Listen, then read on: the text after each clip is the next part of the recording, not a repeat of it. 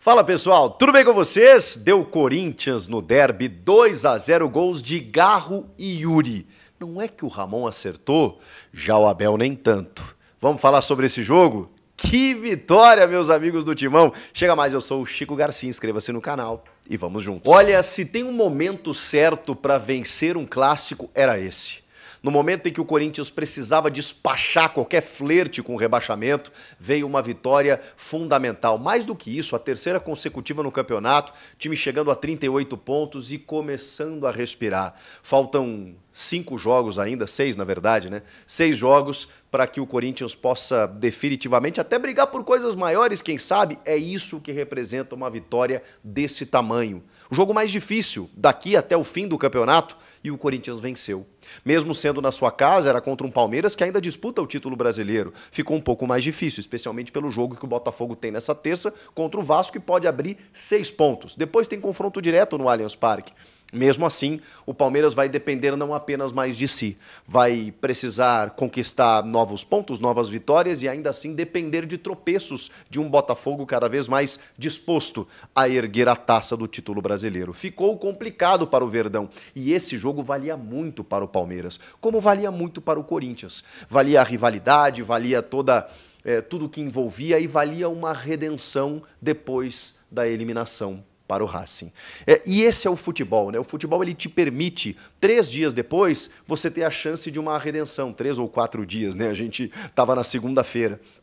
O Corinthians que vem de eliminação, estava com o Ramon Dias muito pressionado, inclusive uma comissão técnica demissionária, que eu acho que ainda podemos falar mais sobre isso, porque não é que ele se garantiu para o ano que vem, mas ganhou uma sobrevida, talvez até o fim da competição, mas vou repetir o que tenho dito, provavelmente ele não vai ficar, mesmo com essa grande vitória, uma vitória que não vinha depois de 3 anos, gente. 3 anos o Corinthians não vencia o Palmeiras independentemente do estádio.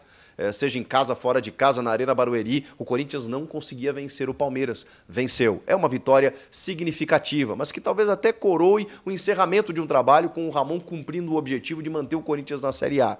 Mas quando foi preciso mais do treinador, quando ele precisou pegar todos esses reforços e encontrar soluções, ele não conseguiu em momentos cruciais. Isso precisa estar lá numa análise muito criteriosa que será feita ao final da temporada. E provavelmente o Corinthians vai em busca de um novo técnico para o ano que vem. Mas isso é assunto para outro vídeo. O fato é que o Ramon estava pressionado e vejam só, depois das eliminações, o que ele faz? Remonta um sistema que deu tão certo ao longo do ano. O sistema de 3 zagueiros, que propiciou inclusive o André Ramalho, mais protegido, a ser um dos grandes pilares do time na temporada. Quando ele montou uma linha de 4, o André teve problemas. Nesse jogo, ele jogou de novo numa linha de 3, com Gustavo Henrique e Félix Torres.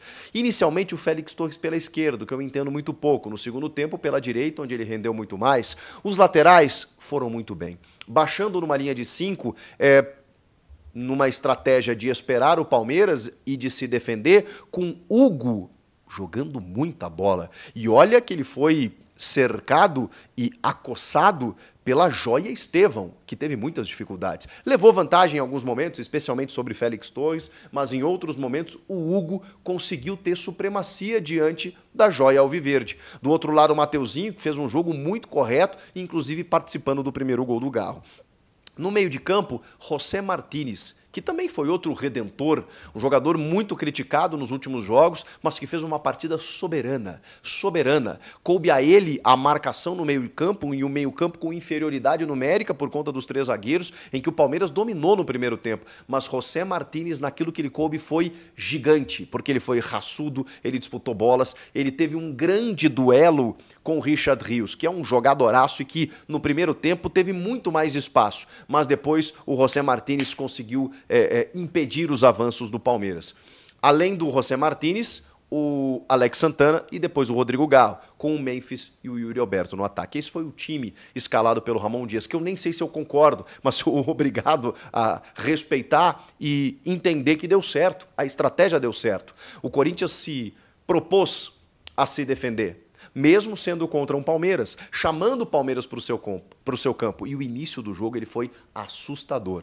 O Palmeiras teve, nos primeiros 5 minutos, umas 2 chances claras para marcar. E aí entra em campo um outro grande destaque do jogo, Hugo Souza. Que goleiro impressionante, que goleiro formidável. E esses jogadores, eles carimbam a sua história, a sua jornada em jogos como esse. É óbvio que o Hugo será lembrado, claro que a gente espera que ele ganhe um título, seja no ano que vem ou em algum momento, mas o Hugo será sempre lembrado por um clássico em que o Corinthians não vencia o Palmeiras por 3 anos, por 8 jogos, e de repente num jogo crucial para escapar do rebaixamento, o Hugo fechou o gol. Foi 2-0 para o Corinthians, mas o Hugo foi destaque absoluto do jogo. Não absoluto, mas um dos grandes destaques, porque a gente ainda tem que falar de Rodrigo Garro e Yuri Alberto. Calma que eu chego lá. Hugo Souza, cara, ele salva uma bola no primeiro minuto de jogo do Flaco Lopes, que ele consegue romper uma linha de 3 zagueiros, mas ele consegue finalizar, a bola queimando em cima dele, ele pega embaixo.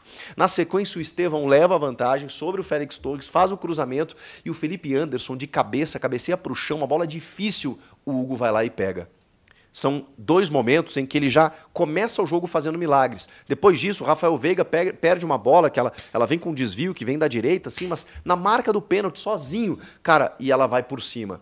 Era um momento em que o Palmeiras muito poderia ter aberto o placar, isso não aconteceu. Aí o Yuri começou a receber bolas no espaço vazio. E isso já indicava o que poderia acontecer, porque era um Palmeiras proponente, era um Palmeiras protagonista, que não sente o estádio, que não sente, ele joga em casa, pelo menos não sentia até então. Ele joga em casa ou fora de casa como se estivesse em casa, mas atacando ofereceu espaços e o Yuri Alberto começou a receber algumas bolas. Um lance estava impedido, o outro o Everton defendeu, o outro a bola escapou demais, mas o Yuri começou a receber a bola no espaço vazio. E o Memphis, um pouco mais de trás, mais posicionado, que talvez até nem tenha feito um grande jogo, mas felizmente não precisou, conseguiu ser esse cara para chamar a marcação e permitir os avanços do Yuri Alberto. E aí, numa das tantas chegadas, já no final do primeiro tempo, em que o Corinthians finalmente se lançou ao ataque, chega ao seu gol. Numa jogada que parte do Yuri pelo lado esquerdo, em que, na verdade, antes disso, tem uma bola recuperada pelo Palmeiras e o Rafael Veiga vai puxar o contra-ataque, ele erra o passe. E quem interrompe é Félix Torres. Olha que ironia. Ele toca para o Yuri e o Yuri levanta no segundo pau buscando o Mateuzinho. Só que aí o Caio Paulista vai tentar dar uma jogadinha de perna esquerda, de costas, meio displicente, a bola cai no pé do Mateuzinho. O Mateuzinho inteligentemente espera a marcação, o momento certo e recua para o Garro. E o Garro, um chute seco, rasante no canto, mata o goleiro Everton. Pede desculpas para a torcida pelo gol perdido lá na Argentina, que eliminou o Corinthians. Não só esse gol, como outros tantos fatores que a gente já analisou, mas ele se sentiu culpado e ele foi muito cobrado por isso, pois faz um gol fundamental, de extrema importância, dias depois, numa redenção do seu camisa 10. Rodrigo Garro, que no segundo tempo arranca em disparada. Depois de uma recuperada de bola, José Martínez ganha no corpo do Richard Rios, serve o Garro avança e percebe o Yuri que correu em disparada pelo lado esquerdo e a bola sai muito esticada. Mesmo assim, o goleiro Everton erra completamente o tempo da bola, mas ele falhou justamente na frente de um cara que ele não podia falhar. Porque se tem um cara que acreditou naquela bola e que acreditaria naquela bola até o fim, até a bola sair de campo, seria o Yuri Alberto. Talvez outro jogador desistisse no meio do caminho, fosse entender que o goleiro fosse pegar, não tentaria correr até o fim para não se desgastar. Não, o Yuri Alberto. O Yuri Alberto, ele não para de correr, ele não desiste da jogada e ele foi até o fim para fazer o segundo gol. Se tem um cara que merecia fazer esse gol, é o senhor Yuri Alberto, que nunca baixou a cabeça, ou até mesmo quando baixou por conta de tantas críticas e tal, logo na sequência ergueu e voltou a trabalhar. Ele merece demais, cara, o camisa 9, que é o 3º maior artilheiro da Neoquímica Arena com 31 gols. Esse cara merece e ele faz o gol, é coroado com gol por tudo que correu. E olha que eu vou dizer, hein, tem um pênalti nele.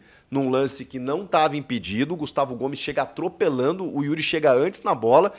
Inicialmente havia um impedimento, né, marcado pelo Bandeira, mas no replay a gente vê que não tá. Porque o VAR não chamou? Não sei. A arbitragem ela não foi ruim como um todo, mas esse lance poderia resultar em mais um gol do Corinthians, só para vocês terem uma ideia. E por que isso acontece? Porque depois do segundo gol, 10 minutos, o Palmeiras simplesmente para de jogar. Sente muito a pressão, o gol, o clima do estádio e tudo mais, e vem as trocas do Abel Ferreira. Mas antes das trocas do Abel Ferreira, vem a troca de Ramon Dias. E vejam só, sou um crítico de Ramon. Sou um crítico, porque acho que ele falhou demais nas 4 semifinais que o Corinthians disputou. Só depois ele percebeu que poderia voltar com um sistema de 3 zagueiros, que eu nem sei se eu concordo, tá? Mas o fato é que deu certo, e deu certo ao longo de vários momentos da temporada. Ele simplesmente resolveu voltar com esse sistema só agora. Ele fez uma escalação que eu até tenho dúvidas se foi a mais eficiente, porque pelo volume que o Palmeiras implementou no primeiro tempo, poderia ter sido o Palmeiras o vencedor, mas ele usou uma estratégia e a estratégia deu certo, ponto, nova linha.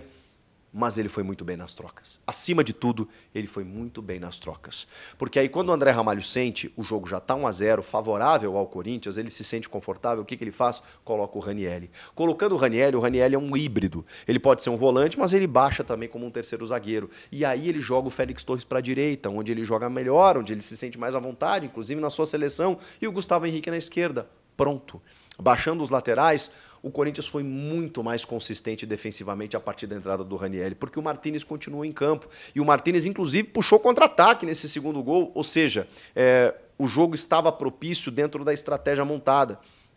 Ele também tirou o Alex Santana, que ok, é um jogador titular, mas ele está voltando de lesão, de um longo tempo parado, 2, 3 meses afastado, está no terceiro jogo dele, entra o Carrilho, que é um outro grande jogador. Depois entra o Bidon, que tem condução de bola, que poderia aproveitar os espaços oferecidos pelo Palmeiras, que naquele momento atacava. Tudo certo, o Ramon fez tudo certo. E aí lá no momento, talvez, eu não tiraria, porque ele tira o Memphis para botar o Bidon, né, deixa só o Yuri para justamente apostar nesse contra-ataque. Aí depois lá ele tira o Yuri para botar o Romero. Talvez eu não botasse o Romero, talvez eu botasse o Thales para puxar contra-ataque, mas beleza, não dá para discordar, porque de resto ele fez absolutamente tudo certo. Já o Abel Ferreira tira muito cedo do jogo o menino Estevão. O Estevão estava tendo dificuldades. Gente, é do Estevão que eu espero diferente. Embora tem uma troca que ele fez, na verdade eu entendo ele ter tirado o Caio Paulista, botado o Vanderlan e ter tirado quem que ele tirou para botar o Dudu? O Felipe Anderson, né? E colocado o Dudu. O Dudu entrou bem demais. Aliás, eu não entendo o Dudu reserva desse time. Só pode ser uma perseguição do Abel, alguma questão aí que a gente já falou. O Dudu se inviabilizou quando aceitou a proposta do Cruzeiro e depois voltou atrás, mas o Dudu joga muito mais do que qualquer outro jogador do Palmeiras, ainda mais contra o Corinthians, ainda mais clássico, né? Jogo grande, ele adora. Ele entrou fazendo um barulho pelo lado esquerdo. É dele um cruzamento em que o Rony, que também entrou no lugar do Flaco Lopes, cabeceia e o Hugo faz mais um milagre. Então assim, o Hugo decidiu quando estava 0-0 e o Hugo decidiu quando estava 2-0. Isso é goleiro. Isso é goleiro grande, porque ele resolve. Mesmo quando o teu time está bem, a bola chegou, quando ele é exigido, ele vai lá e resolve. O Dudu fez uma jogadaça, fez outras tantas jogadas pelo lado esquerdo, dando um trabalho danado no final do jogo. Tem um chute dele que a bola passa perto. Foi o Dudu. O Dudu, o cara mais perigoso do Palmeiras ainda no segundo tempo, mesmo com um Corinthians ainda muito bem postado. Depois ele atenta até o Gabriel Menino, que entra no lugar do Estevão, inclusive, tem uma cobrança de falta numa bola na trave. O menino está acostumado a jogar clássico, né, desde a base e tal.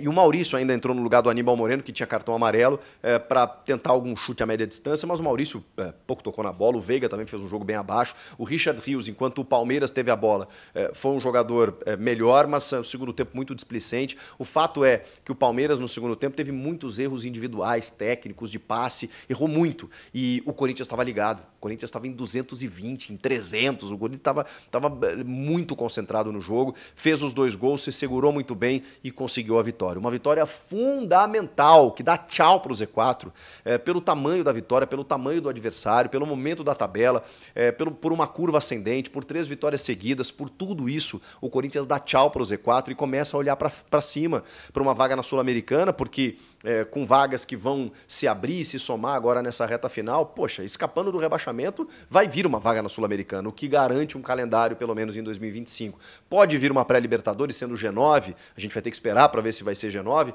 Pode. E aí o Corinthians vai ter que fazer uma reta final agora muito boa, mas esse era o jogo mais difícil e o Corinthians venceu. E venceu bem. Sofreu no primeiro tempo, é verdade, mas venceu bem, dentro de uma estratégia que funcionou. Então, essa reta final pode mostrar ainda coisas melhores para o Corinthians, que ganha um clássico na hora que precisava, 3 anos depois. Que vitória espetacular!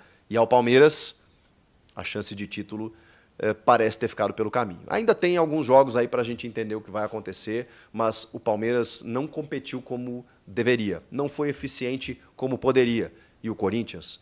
O Corinthians entrou para vencer esse derby. E ainda teve a cabeça do porco no meio do campo.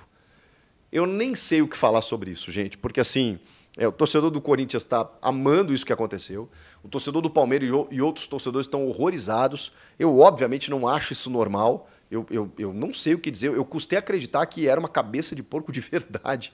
Como é que conseguem entrar com uma cabeça de... Entram com cartaz... proíbem cartaz de criança, né? Com dizeres, com mensagens, mas uma cabeça de porco entra. Que loucura. Claro que assim, não agride ninguém, não faz mal para ninguém, né? Provavelmente uma cabeça de porco adquirida num açougue, né? Não foi um maltrato de um animal, provavelmente era um animal feito para alimentação, que já estava morto, né? E tal, e aí a cabeça foi jogada dentro do campo. Se isso pode render punição ao Corinthians, acho que sim, porque vai para a súmula, vai chamar a atenção de todo mundo e, obviamente, o Corinthians pode se complicar. Eu não concordo. Eu acho que tem outras maneiras de você protestar, provocar, brigar, brincar e tal, mas eu sei que o torcedor está adorando essa provocação, então eu vou deixar para vocês. Beleza? Comentem aqui o que vocês acharam de tudo isso. Inscreva-se no canal, hein? Eu volto na próxima. Tchau!